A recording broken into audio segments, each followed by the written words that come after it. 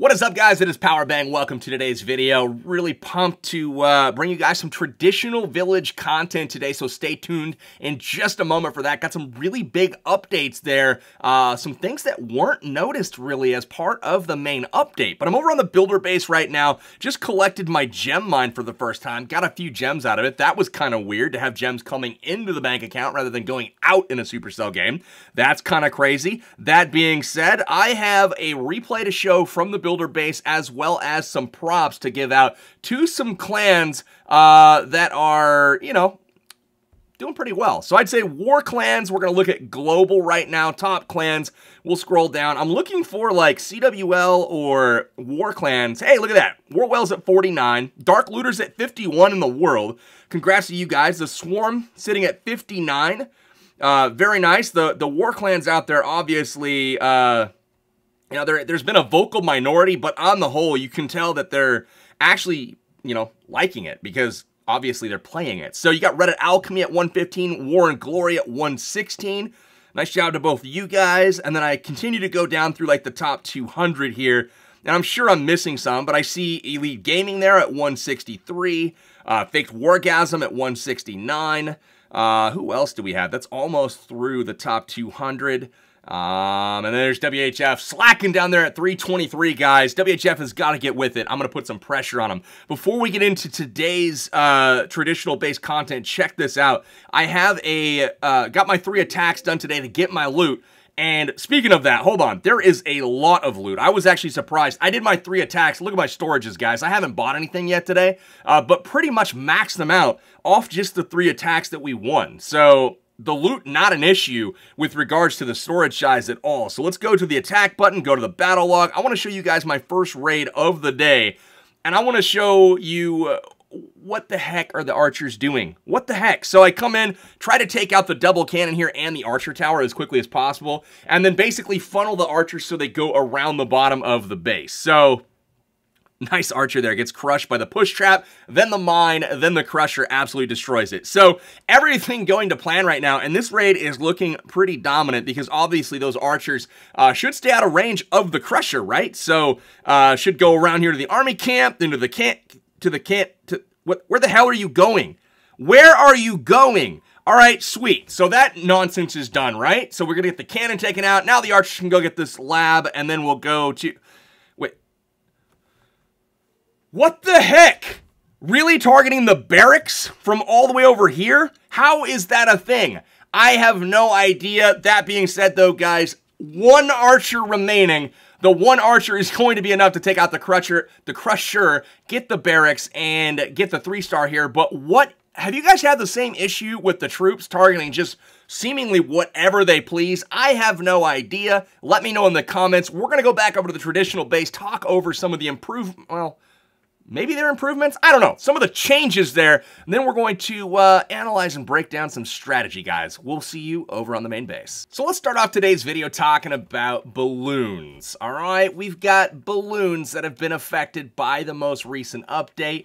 Balloons are now dropping bombs more quickly, and they don't do as much damage, although it equates to the same amount of damage per second as, you know, time goes on. But that doesn't mean the first drop of these bombs is going to be as effective. So what you're seeing now with balloons at all town hall levels is the number that needs to be deployed is no longer 2 for most defenses. It is now 3. So as the queen and king here do their entry, the queen's going to get 1 air defense, the king gets another. That leaves 2 air defenses left. And instead of surgically going at this base, which you might find common, Red is going to spam the balloons behind a couple of hounds on the entry instead.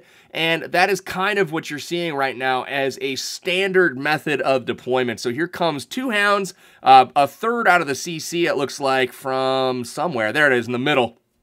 And then the balloons sweep through the base really quickly. I want to zoom in on one group of balloons here, right here. Watch after one of these Teslas goes down. Watch how quickly the balloons change direction right there. That is the difference between the new and the old balloons. There's no longer that stutter, that pause. When a defense is taken out that a group of balloons is going towards, before they would pause and stop, like a Tesla pops up. Instead, there's no longer that half second to like recalibrate where they're going to go next. They just turn and they go, which is a welcome addition in my eyes. Now, that being said, when people try to deploy surgically in a particular raid, that gets to be troublesome. I'm going to show you guys that coming up on a Town Hall 9 raid. It can still work, but you're out of balloons for the backside typically before you ever get to the point where you could use them. Because you've got all of these balloons now with that 1 to 2 extra balloons that you're dropping on each of the front side defenses. You run out of balloons simply much faster. Now, the balloons can still be viable, as you're seeing in this raid. Mr. December getting crushed here by Red, because Red's a beast. But anyways, Red getting it done. Very nice raid here, but we also have Town Hall 11 and 9 to take consideration of. And let's look at a Town Hall 11 raid next, where the raid is going to be successful, but the style of hit is just going to be a lot different. All right, guys, so we are going to get into an attack right now from Nick out of WHF. He's going to be hitting this base with balloons. Now, this is one of my bases that we used for CWL a while back. I haven't used it in a while, but Nick is going to take this thing apart. Now, there's a couple of things that I want you guys to focus on during this raid. One is the new witch mechanic that we're seeing on defense out of the clan castle. That's super, super helpful. And that is when they explode. It's very similar, for those of you that play Clash Royale, very similar to the tombstone effect there. When they die, more skeletons are spawned. So watch this clan castle encounter and watch as the witch is taken out. Watch her pop, essentially, right there. And it looks like 4 to 5 more skeletons come out onto the field and engage the queen, thus limiting her damage, only letting her take out 1 more building. So, very, very interesting and important mechanic has been changed for the witch. Now, it comes down to spam after this. This base is very, very symmetrical. So you're going to see a spam Loon attack. A couple of hounds go in first. And he just basically attacks this base with a whole army of balloons. Now, as they go through, these guys just don't Look at how they're just very fluid. And if a building goes down as they're targeting it, that is something that has had a drastic difference. These balloons do not stop like they used to and stutter. They just change direction and go a completely different way. So that's something that is very, very helpful. They do attack a little bit faster, so it makes surgical attacks much more difficult. These spam style attacks, now, I'm not necessarily a huge fan of encouraging this style of play, but it definitely seems as though the spam-style Lalo attacks are, if not as strong, possibly even more strong than they were before, simply due to the Loons. When they get together in group, they are quicker through the base, and there obviously is the firepower to take out each particular defense because the Loons are grouped up. Now, the surgical stuff is where it gets a little bit hairy. We'll check that one out in the next raid.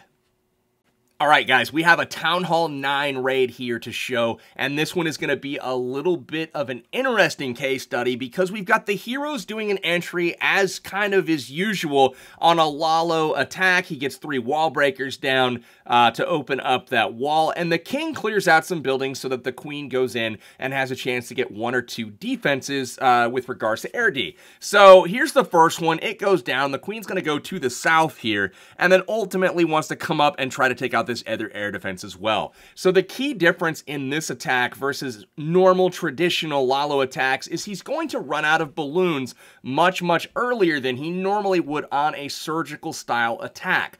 What that means is he's got to overload the front side of his attack with more balloons, pretty much about 1 or 2 extras per defense in order to make it so there is a single balloon drop and, you know, they're able to drop 1 time and continue on through the base, building up that momentum so that, you know, the balloons are able to overpower moving forward. Where you're going to see a big difference on Lalo raids is because you're dealing with that huge swarm of balloons. Here comes the main attack.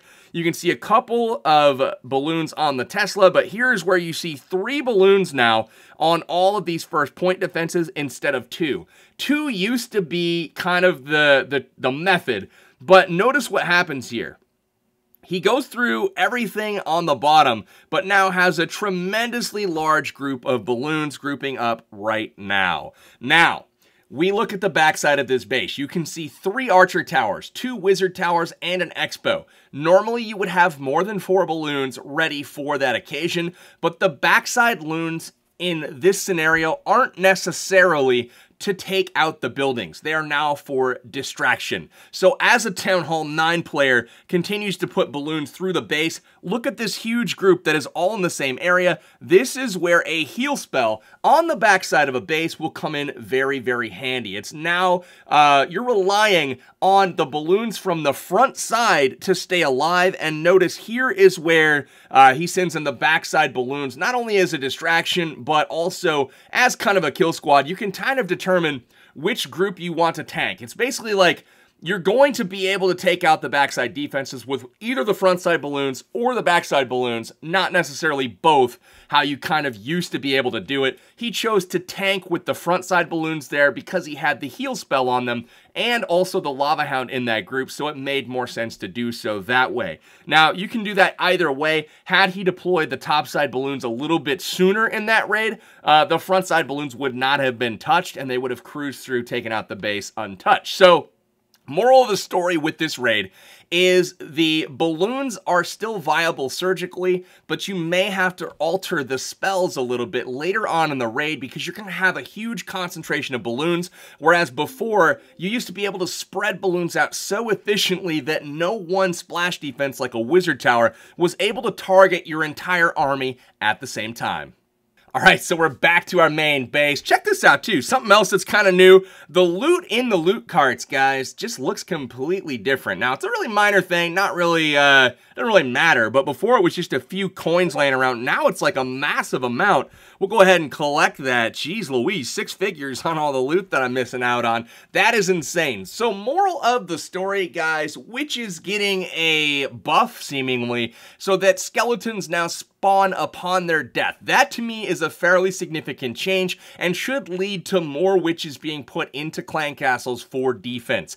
In addition, we've got the Loons, which are the primary focus of today's video. They are still viable. They may not have had a significant nerf to them like I thought they may, because you can still take out a building with 3 balloons for the most part. It's just going to force a lot more different styles of deployment, more spam style deployment than surgical style. While surgical can still work, as you saw in the Town Hall 9 raid before, it can still work, but you just run out of loons much more quickly, and you need to factor in what is on the backside of the base. How many balloons can I save in order to at least provide a distraction for those defenses? Now, if you can remember all of that stuff, loons can still be great. Just a couple of more considerations that you've got to make, and a heal spell is going to be very common towards the end of the raid, after the Inferno towers are down, if that's applicable, after all of the balloons from the front side converge onto 1 or 2 defenses,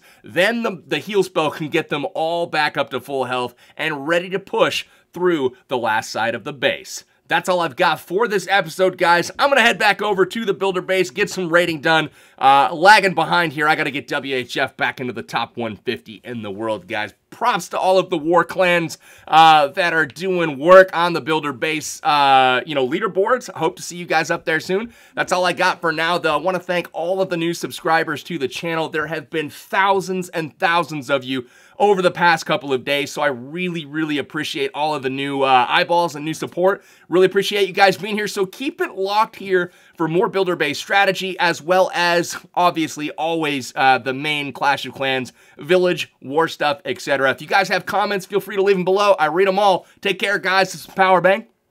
Signing out till next time. Take care, guys.